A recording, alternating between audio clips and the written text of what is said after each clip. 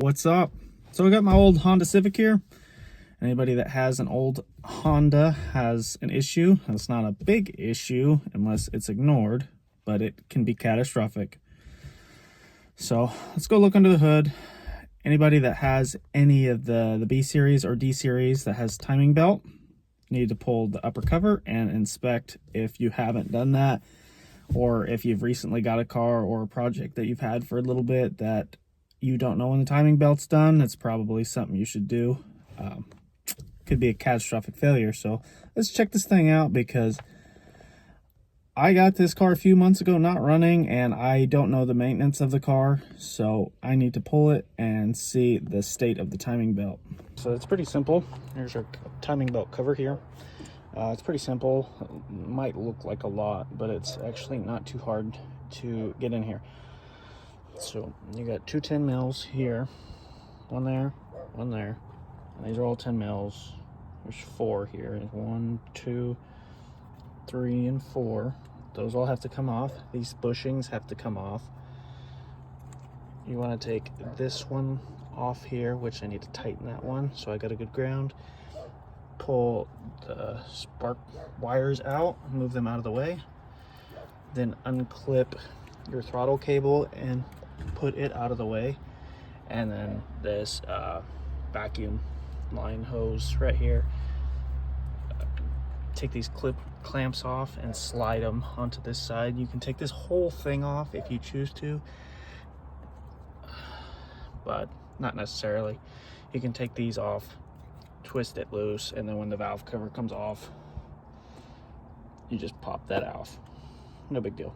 So once you get all those off, and then you can stick a flathead right in the edge and twist it, and then it'll break the seal on the valve cover, and then you just take it off. For those of you not familiar, this is technically an awl, if I can get it to focus here. It's just got a point on it. It can be pretty sharp. I don't know why it won't focus. It can be pretty sharp, but I just stick these under here and I'll wiggle these loose. All right, so the valve cover's off, obviously. These guys were in there super well. They were a fight to get out, actually. They were the hardest thing to get out. So, yeah. And then this guy, I just pulled the valve cover up and then twisted it out. And I loosened this before, so it would just pop out. So I didn't have to take all this loose, just because I'm lazy. So it's pretty dirty, but it's almost a 300,000 mile engine. But the lobes look really good. I mean, everything looks being good besides it's, oil baked. But I can see there's no looseness in the rockers, which is good. That one's got a little play in it. So I will probably go ahead and do lash while I'm here. I mean, this can be something that you just, pull it off, check your timing cover, which we're gonna check that, but also this can turn it, you can make this a project where you can do a bunch of things at one time. So let's see if this will come off here. What do we... Oh, look at that. Actually, it looks really quite good.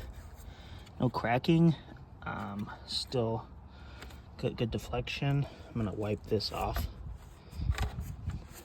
But yeah, actually, belt doesn't look too bad. It's not brand new, but it's still got the labeling on it. So this isn't too old, but it's also, it's a little stiff, but it's not too hard, which is, it's always a good sign to see. It's something you want to see. You don't want to see cracking or dry rots or the material's too hard to bend. So this had me worried. I've been thinking about this for like a week or two, because you never know. You could just decide to step on it and this thing snaps and this stops and the pistons keep going and stuff starts banging together. So I'm gonna go ahead and I'm going to lash this motor out, which is just a few rockers over there, and then clean it up, and I will check the valve covers and see how they are and if I'm gonna get new gaskets or not, because yeah, they always say replace gaskets. So I mean, everybody always says replace gaskets, but you know, when you're on a budget, I mean, I'm in a trailer park here. When you're on budget, you know, you got to do what you got to do. And if a gasket looks good to you, no tears, it's not hard, it wasn't leaking before, why replace it at the moment, you know? Yeah, it's only a $20 part, but it only takes me like 10-20 minutes to pull this off, and I'm not painting it right now, so next time I do paint it, I will replace all the gaskets. But nothing's leaking right now. There's nothing leaking down the tube seals or anything like that, or out of the valve cover, so I'm not worried about it. You know, this is just a little project for me. This is for peace of mind to check this timing belt, because I did not want it to snap on me. This thing's got almost 300,000 miles on it, and I don't have to worry about that as much as if it was junk. So I've done this several times on different cars, and every time it seems like it triggers people. Don't know why, but they always say, oh, you should have changed the valve cover gasket. But to me, when it's still flexible, it's not cracking, and it's not like flat. You can see there's a lip here. So the times I will change it when I'm not feeling like it, or when I do change it, I change it because it's like seated completely flat. That means the gasket has no like compression, or it's already squished. So when you put it on there and you tighten it down, it's just going to be metal to metal, and you're not going to get a good seal. So this one has plenty. It's very flexible still. It's not going to crack and break. And then what you also need to look for is right here in these corners, right at the cam caps. These do really like to leak, so if these are rounded off at all, you should probably replace it. I mean, you should probably replace it because everybody complains about it, but I'm not going to. It's dirty. I'm gonna run it for now, and at some point I will take this back off and we'll do a hammered finish on it, but not right now. I just needed to get that timing cover checked out. So we're gonna go slap this back on since it's cleaned up. I don't care about the inside because it's just baked goods at that point. These also do look great. No rips or tears. Wasn't leaking down the tubes. So we're gonna run with it. I'll just make sure, I'm gonna wipe them off and make sure there's no like gritty junk in there where it seats. So yep. And to make this a little easier, you just take this groove down here and set it on. There's a guide. You can kind of see it right there. And you just lay it in and slide it out opposite of how it came out. And then you get it lined up. Stick the bolts back in it. But I'm gonna wait to do that until I get the valve cover on.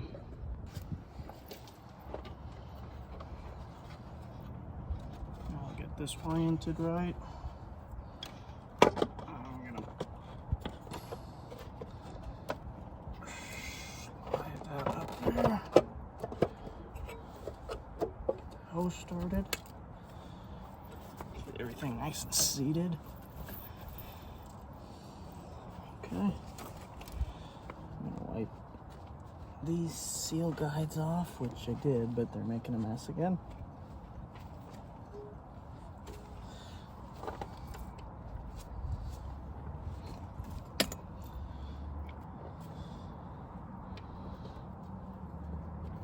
And these are still in decent shape, so they're just getting reused.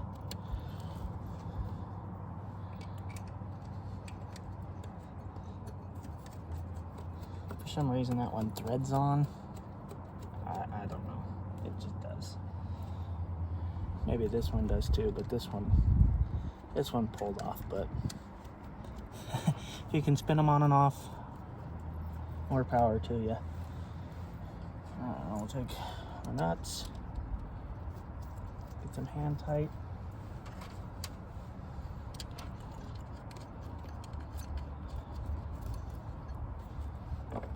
Since we got all this other junk out of the way, we're gonna go ahead and get these run down. We'll get our torque wrench. I'm gonna get them snug, not tight, snug. This one's kind of a pain to get to, so we're gonna use the open end. If I can even use that one, jeez.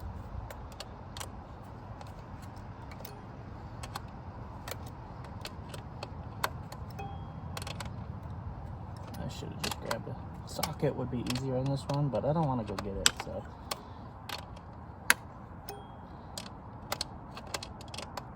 Snug.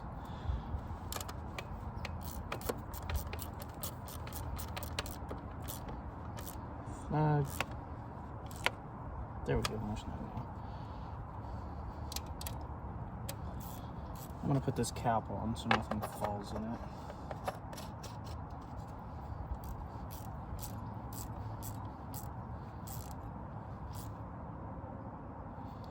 Get it a little tight. Give it a snug it back up and then give it a quarter of a turn. You go too tight, these will snap off. So don't do that.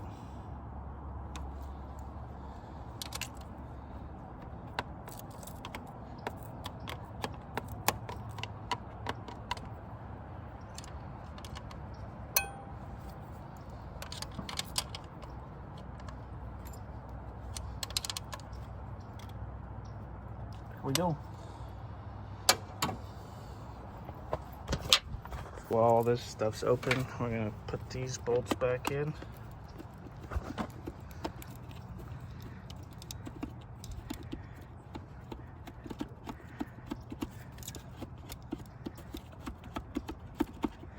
Not tighten it yet because you might need to adjust it for this side.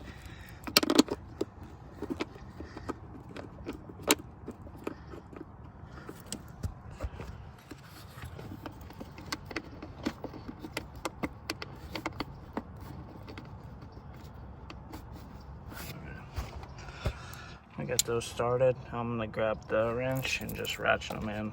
Okay, so I tightened that one up. We gotta take it off to put that guy back on. And looks like I get to go search in Narnia for that. Cool. Funny story, couldn't find it. I had an old set of this off an Integra, and this piece, this I guess stud, if you want to call it, is the same size as that stud. So if you do happen to lose one, you can always steal one from your battery tray, because obviously having this as tight is more important than having this tight. But obviously either one, if you have to take one, you want to replace it. So we'll get the spark plug wires back in there. It's nice that these are long, so it's not really, can't really get these messed up. Once you're sure it's back together, you need to start it. So we're gonna turn it on, get fuel pressure. It's cold, it's gonna idle. Now we need to go check for leaks. Oh, weird noises, you wanna check for noises, maybe something warming, you might not have installed correctly.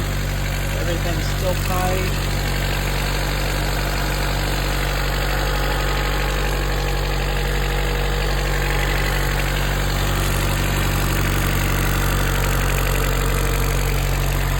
No leaks. Running great. So it's running. I want to heat cycle it and just let it run, get up to temperature. And then I like to let it cool down. So you say you take it to town, whatever, drive it back home. Once it cools down the next day, just make sure the valve, those little valve cover nuts are still tight. Don't crank them and snap those off, because then you'll have a really bad day. just make sure they're still tight, because a heat cycle with the gasket, especially if it's a new gasket, just make sure they're still tight and there's no leaks, because you might have to tighten them down a little bit after it heat cycles. You know, stuff shrinks and expands if you're not too familiar with it. But she's alive and I have peace of mind now. It took probably about an hour besides looking for that nut I dropped. That happens. But I have peace of mind knowing that that timing belt is good.